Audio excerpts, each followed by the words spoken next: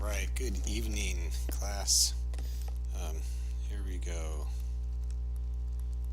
Thanks for doing this, or for watching this and allowing us to not have class, but keep going on pace and not lose track of time for the semester. So here we go. We're going to go with 8 points. This is going to be section 8.3. It's called polar coordinates.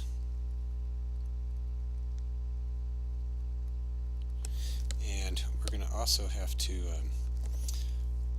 make sure you have your graphing calculator out, because we'll pull that up and be using that a little bit today. So first of all, a little motivation. Will be the following.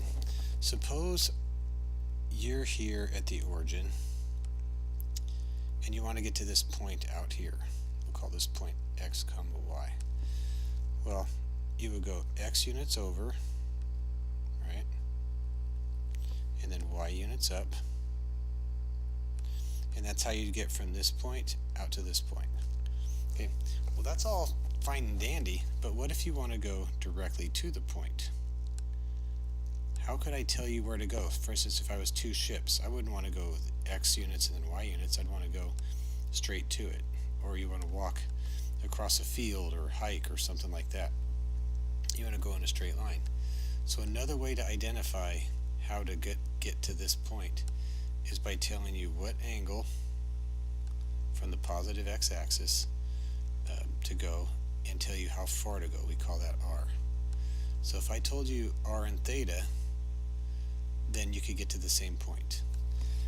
And that's the essence of what a polar coordinates are. This is the point r comma theta, which means go theta units up and then r units out along that angle, and that'll get you to that point.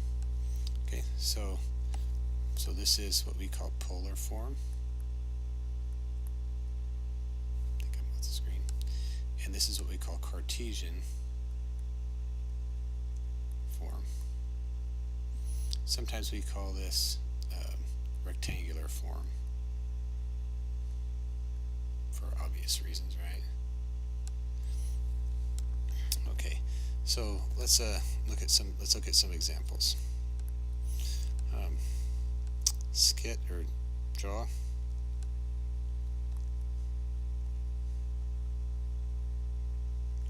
The following points.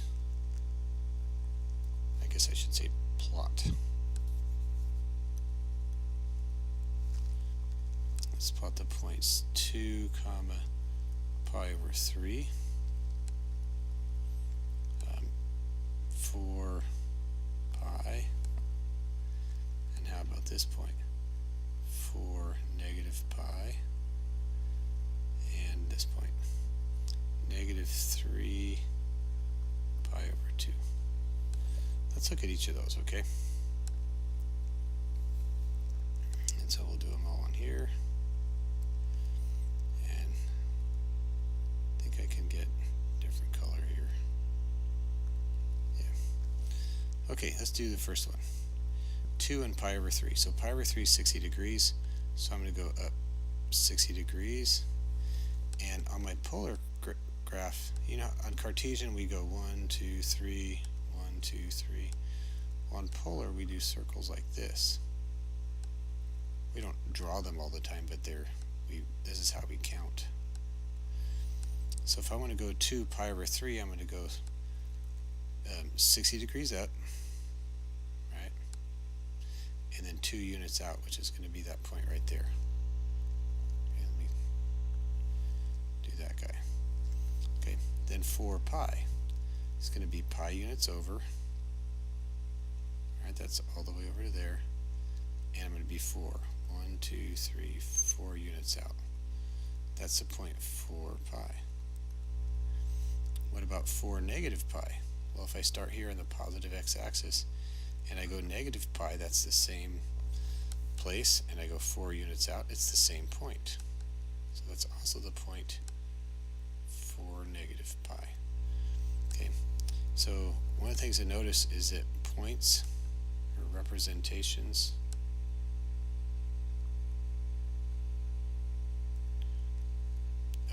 points are not unique. In other words, I can have this two different points, two different labels represent the same point. Okay, now what about this one? This is interesting. I'm going to go pi over 2 up. So that's my 90 degrees. And if there's a positive 3, I go up 1, 2, 3. So what do you think I'm going to do if it's a negative 3? Yeah, I'm going to go back the other direction. So I'm going to go 1, 2, 3 in exactly the opposite direction. So that's the point negative 3 pi over 2. It's also the point 3 pi over 2. Right, so I go 3 pi over 2 all the way around. It's also the point 3 negative pi over 2. See, there's lots of ways to write points. Okay, and last one here, how would you do the point negative 1, 0 degrees, right? Well, 0 radians. Well, here's 0 radians. So negative 1 would be the opposite direction right there. That's that point. Okay, so we have different ways to represent points. Now, how can I go back and forth between the two? For instance, let me get this here, changing colors.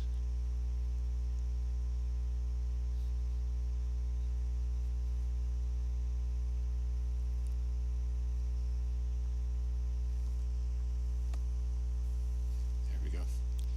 So what if I said I've got the point, let's say the point 3, 4, that's rectangular form, so 3 and 4, and then I've got my radius and theta right here. So how do I write find the polar form? Well, finding r is easy, because r squared is 3 squared plus 4 squared. So r is the square root of 9 plus 16, which is the square root of 25, which is 5. And then theta, well, I know the tangent of theta is equal to 4 over 3. So theta equals the inverse tangent of 4/3. That's what this angle right here will be. Okay, so this gives me a couple ways to convert if I have the Cartesian form and want to go to the polar form, because that allows me to find r and theta.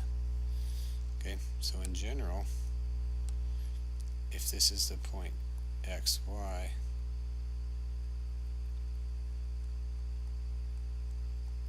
then I know that r squared equals x squared plus y squared, and I know that theta, tangent of theta, is y over x.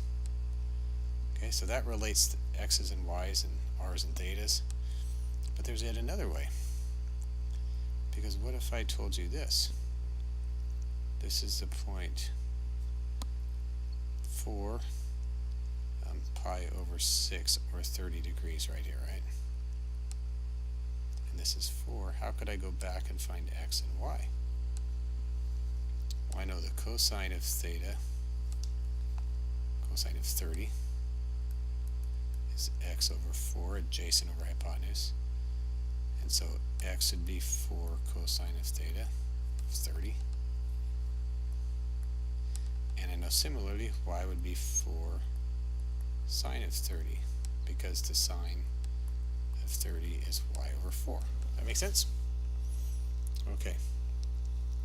So up here, I'm going to add to this expression right here. Oops. This and say I know that x is equal to r cosine of theta and y equals r sine of theta. Okay, so I'll give you an example here. Convert to Cartesian form. This is a point 5, 20 degrees. Go ahead and pause it, and then do it, and then turn it back on and check it, because I'm going to write the answer right here.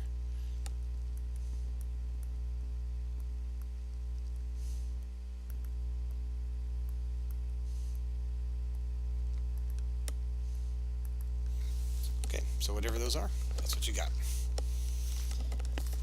Okay, so there's polar form and Cartesian form and how to go back and forth, how to plot points.